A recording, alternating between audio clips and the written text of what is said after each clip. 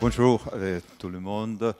Et, comme vous savez, je suis un photographe, mais aujourd'hui, je vais montrer des photos, mais je suis là pour parler de cette expérience, de cette récupération d'un petit bout de la forêt atlantique au Brésil.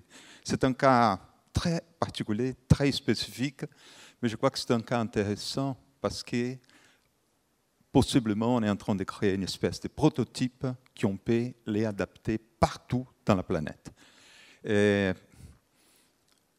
je peux dire que je suis né dans les paradis. Quand j'étais gosse, je suis né dans une ferme à l'intérieur de l'État de Minas Gerais au Brésil. Ma région, elle était couverte de plus de 60% de forêts tropicales. On fait partie d'un écosystème très spécial au Brésil, que c'est la forêt atlantique. Quand on pense au Brésil, au système des forêts, on pense énormément à l'Amazonie. Mais on a une autre forêt, une forêt très importante, et c'est la forêt atlantique. C'était une forêt énorme au début, elle faisait à peu près 3000 km de long pour 350-400 km de profondeur en moyenne, ce qui faisait à peu près 1 350 000 km². Vous imaginez la France, à peu près 550 000 km², ça faisait presque 2 fois et demi la France des forêts. Cette forêt, aujourd'hui, elle est détruite à 93%. On n'a que 7% qui est resté de cette forêt. Et dans la classification des hotspots de la planète, on a 25 hotspots. Ça veut dire l'endroit où une très, très grande concentration de la biodiversité planétaire se passe. De là, elle irradie un peu partout dans la planète. Le Brésil possède 2 de ces hotspots.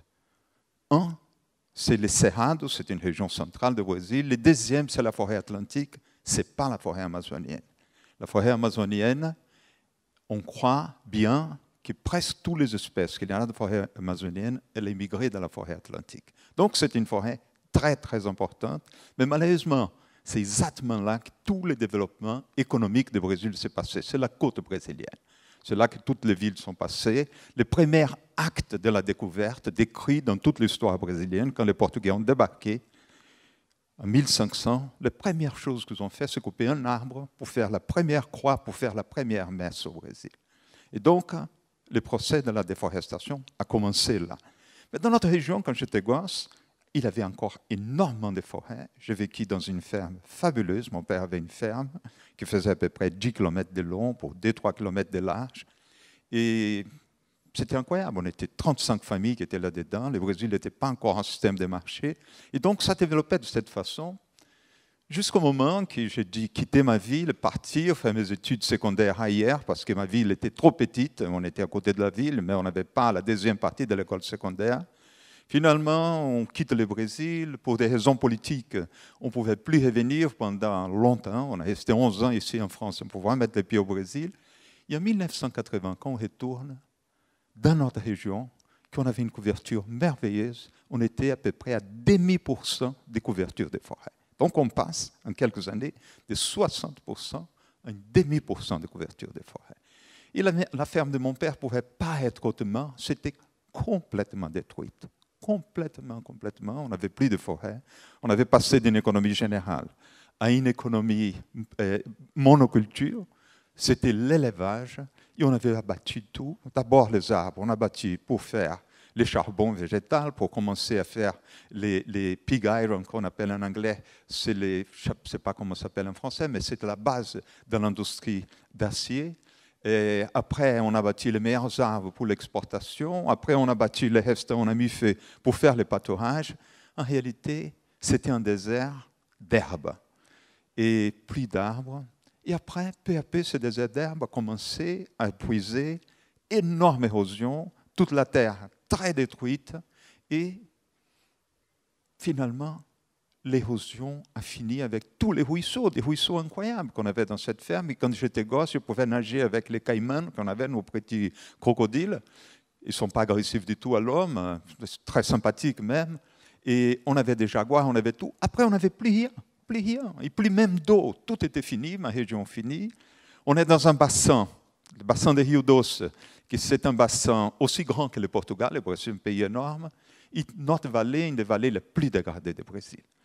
Mon père a devenu vieux en 1990. Cette ferme est passée à nous, à ma femme et à moi.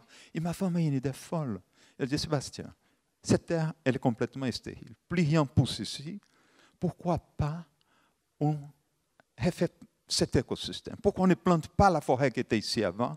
J'ai dit, écoute, c'est une idée, mais je suis photographe. Toi, tu es designer, il a fait des dessins, des livres photos. Je dis, qu'est-ce qu'on va faire? On est allé voir un ami qui connaissait bien les forêts, un des meilleurs ingénieurs des forêts du Brésil, un grand planteur d'arbres. Il a passé des mois dans ce projet. Il a écrit un projet de base de récupération de 7 petits écosystèmes.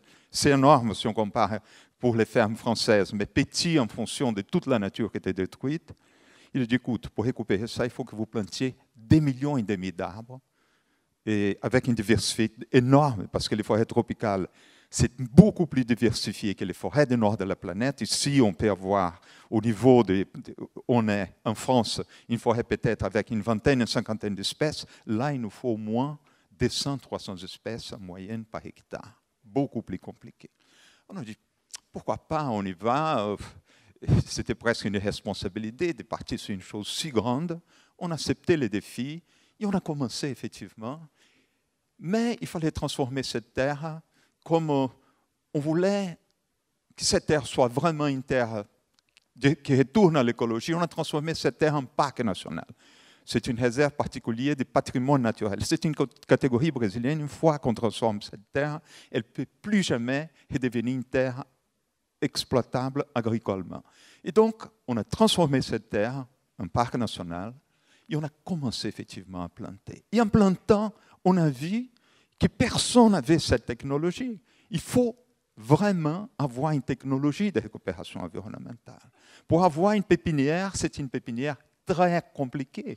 Parce que, vous savez, une pépinière des arbres qu'on plante aujourd'hui, n'est-ce pas, en France, on a une couverture des forêts de 27%, mais des forêts natives, on a moins de 3%, des vraies forêts.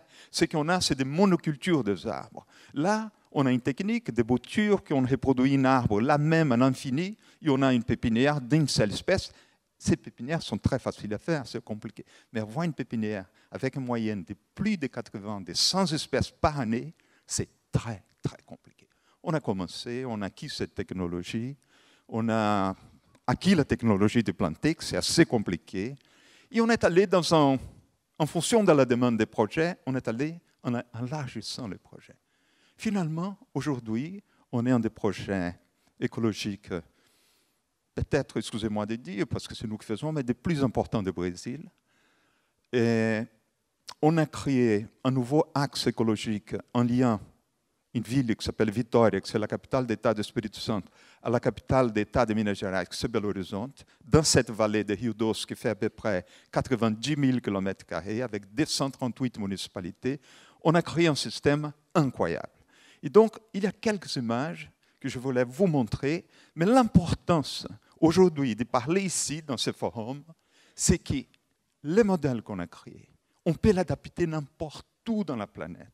Tant les modèles d'architecture des bâtiments qu'on a fait, très bon marché, très intéressant, avec des bois recyclables, parce que c'est des bois plantés, on a fait à partir d'eucalyptus, c'est des bois de monoculture qu'on plante et qu'on les récupère. Les modèles d'apprentissage, les modèles de pépinière, les modèles de travail avec la communauté, parce qu'on est complètement implanté dans une communauté, n'est-ce pas? Et tous les projets de développement qu'on a aujourd'hui avec la communauté locale. Et donc, je vais passer quelques images maintenant. Vous allez voir ces quelques images et je vais commenter sur les images et en essayant de vous donner le maximum d'informations. C'est un cas très petit, je répète encore. On ne parle pas des systèmes globaux. On parle des systèmes locaux, mais qu'on peut multiplier à 1000, 2000 ces systèmes. On parlait avec Jacques Attali hier soir sur la désertification, n'est-ce pas, du Sahel et la descente du Sahel vers le sud de l'Afrique. Je crois bien que c'est possible, un projet comme celui-là, qu'on l'adapte et on l'applique dans la région. Et donc, on va voir quelques images et on va discuter un tout petit peu.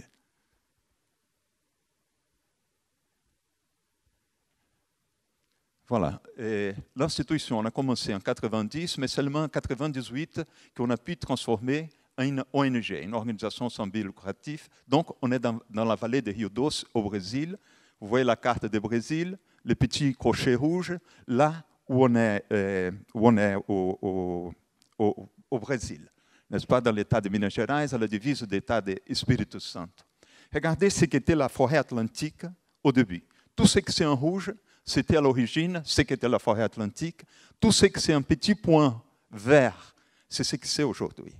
Le petit point vert occupe encore beaucoup d'espace parce qu'il faut qu'il ait une présence comme point.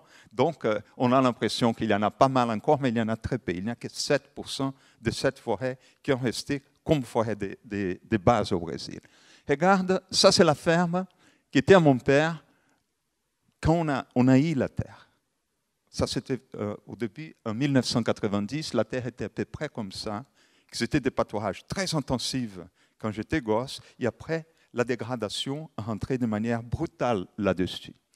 Et donc, en commençant à planter, on a découvert comment vraiment planter.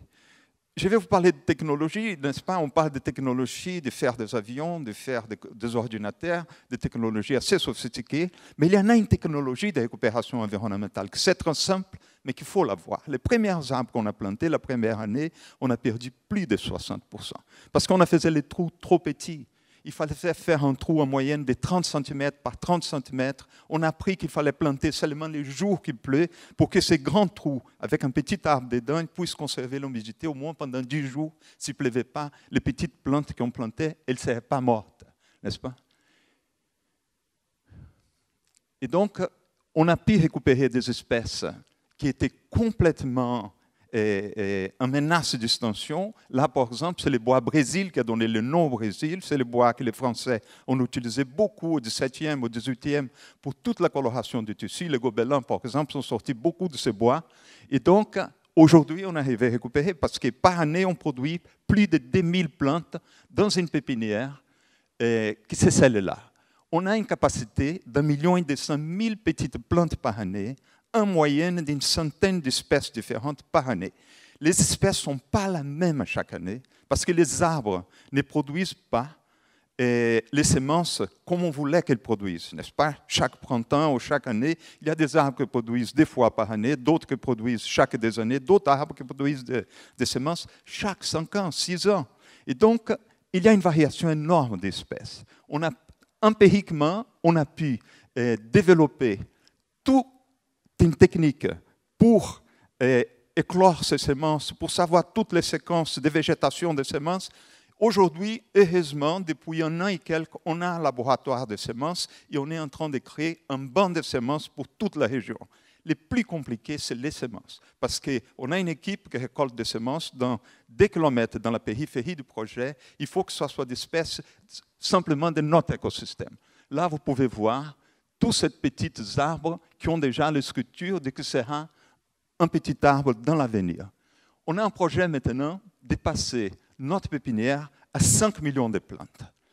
Vous savez, une pépinière de 5 millions de plantes, il faut qu'elle ait 10 hectares de taille, il faut qu'on ait plus de 100 travailleurs dedans. Mais on a un projet qu'on commence à implanter dans notre région qui s'appelle Olhos d'Água, c'est les yeux de l'eau. C'est l'expression portugaise qui dit que c'est la source de l'eau. Tous les petits ruisseaux, tous les ruisseaux, ils ont absolument un nombre incroyable de sources. Et donc, il faut identifier ces sources. Autour de chaque source, on plante à peu près en moyenne entre 150 et 100 arbres. Et ces arbres vont avoir l'effet de rétention d'humidité au sol par la chute des feuilles, par la chute des branches, par les systèmes de racines. En réalité, c'est facile à comprendre. Regarde, vous qui avez des cheveux, quand vous prenez une douche, ça prend 3-4 heures pour sécher votre cheveu. La mienne, une douche, c'est 1 minute, c'est sec, n'est-ce pas? La différence, c'est la même avec les arbres. Les arbres, les systèmes d'arbres, c'est les seuls possibles capables de créer l'eau, de retenir l'eau au sol. Et cette eau va être libérée pendant 1 mois, 2 mois, 6 mois, 1 an, et le ruisseau va être maintenu. Quand on n'a plus d'arbres, qu'on coupe tout, l'eau tombe, elle provoque une érosion, elle s'en va, on ne retient plus l'eau. Donc, on a commencé à travailler aujourd'hui dans un système de récupération de sources assez important dans notre région. Regardez, les petites plantes, à la fin, c'est une forêt bébé. Vous savez, c'est ça les grands problèmes aussi pour les plantations des arbres. Il y a des gens ici en France, j'ai déjà vu beaucoup de pubs, j'ai donné 1 €, on plante un arbre. C'est un mensonge énorme. Avec 1 €, on ne plante pas d'un arbre. On met un petit plant au sol. C'est à peu près le coût de produire un petit plant et de le mettre au sol.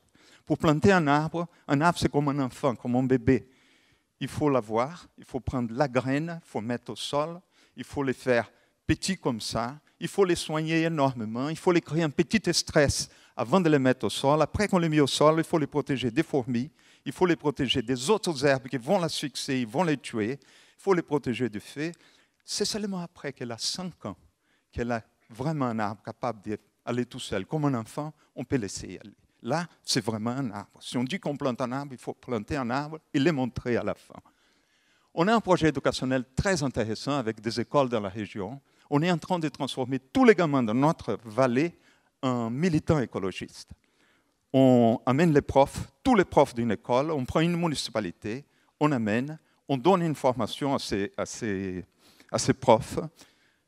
Et on ne prend pas tous les profs d'une école à la fois, on prend un prof par école, mais à la fin, on fait des équipes de 100-120 profs et on les prépare. Ces profs de chaque école, à la fin de l'année, toute une école va être préparée, ils vont élire un leader de ces profs. Là, on donne une vraie formation à ces profs. Avec la formation de base que les autres ont, ils vont élire dans chaque classe un élève qui a vraiment la tendance, le goût pour l'écologie, pour la récupération environnementale, et un gosse de chaque classe, on les amène, on lui donne un vrai entraînement, ils retournent à l'école, et ces gosses, avec les profs, vont préparer tous les gosses, et là, on est en train de créer un système de formation incroyable dans toute notre vallée. Notre projet, c'est dans les 30 prochaines années, on puisse former basiquement toutes les écoles, les mettre dans un système de formation environnementale. Et c'est fantastique parce que la seule manière qu'on a d'arriver aux parents, c'est à travers les enfants. On a aussi un système qu'on a déjà travaillé avec 65 000 paysans dans la région. Pas toutes les classes passent à l'institution. On fait beaucoup de classes dans les églises, dans les écoles, dans les municipalités autour, mais on a une capacité de recevoir 132 personnes par jour. On a des lits, on a des maisons, on a créé une infrastructure, on amène les élèves qui amènent, ils amènent la linge, ils amènent la serviette, on n'a pas de machines à laver. Les jours qu'ils rentrent, ils vont laver chez eux. On a des élèves qui restent un jour, comme on a des élèves qui restent 10 jours.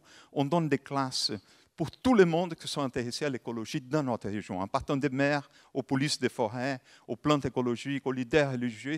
Tous les agents dans la communauté qui puissent aider, on les fait. Là, c'est des classes pour des paysans, n'est-ce pas? Les paysans au début ne croyaient pas. Aujourd'hui, c'est les plus grands alliés parce qu'ils savent qu'ils sont en train de rester sans eau. Et l'eau, on est en train de trouver la manière de la récupérer. Là, c'est le mouvement des paysans sans terre qu'on travaille énormément au Brésil. On a un centre où on prépare des élèves qui sortent des écoles techniques. On donne un internat pendant des années et on les transforme en techniciens environnementaux aussi. Sans ces techniciens, on ne peut pas faire de récupération environnementale. C'est impossible. Vous savez? Et là, regardez ce qu'était à l'an 2000 quand on a commencé à planter le projet. Vous pouvez regarder qu'il y a plein de petits trous. Ces petits trous, chaque petit trou, un arbre était planté. Regarde en 2006 et regarde en 2012. C'est possible de récupérer, c'est possible de faire. Et toutes les terres qu'on n'a pas besoin d'elles, on peut les transformer, comme Jean-Louis Etienne a parlé, en verre. Et on a besoin de tous ces arbres pour tout l'écosystème. Regardez, on est très proche de la ville. Vous regardez un peu aujourd'hui la couverture des forêts dans un endroit qui était complètement dégradé. Une forêt jeune comme elle est, avec les sous-bois qui commencent à naître. Et là, on est à 1,7 million d'arbres plantés dans notre espace. Mais en réalité, on a 3,5 millions d'arbres de plantés parce qu'on commence à planter beaucoup dans des terres publiques. Et là, ce sont les habitants de cette forêt. Là, je vais vous passer vite. Vous regardez un arbre, vous avez l'impression, on voit seulement une branche, une grande branche, n'est-ce pas, un grand tronc, des branches et des feuilles. Mais il y a des milliers d'habitants ces arbres, en passant des insectes, des fourmis, de tous les genres d'insectes, d'oiseaux, n'est-ce pas?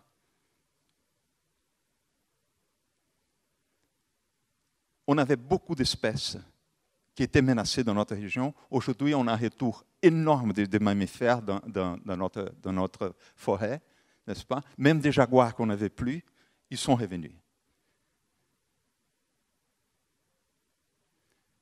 Les crocodiles, les caïmans, ils avaient disparu de notre région. On a voulu réintroduire un moment, parce qu'on avait déjà de l'eau. L'eau est revenue, qu'on n'avait plus, l'eau est revenue avec la forêt. Et notre biologue venait d'avoir un bébé, elle n'a pas voulu qu'on introduise. Elle avait peur que son bébé soit mangé par les crocodiles. C'est que c'était une fiction, une chose complètement folle. On n'a pas introduit, et ils sont venus tout seuls. Un jour, nos travailleurs ont vu un crocodile qui rentrait complètement plein de poussière, mais il arrivait. Et aujourd'hui, on a plein. Vous savez, ils sont venus tout seuls.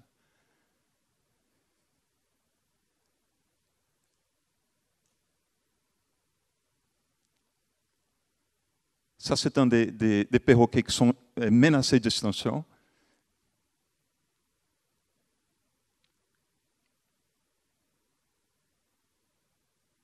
L'eau qui est revenue, on a aujourd'hui une quantité d'eau incroyable. Et bien voilà, c'est ça que je voulais présenter. Merci beaucoup. Okay.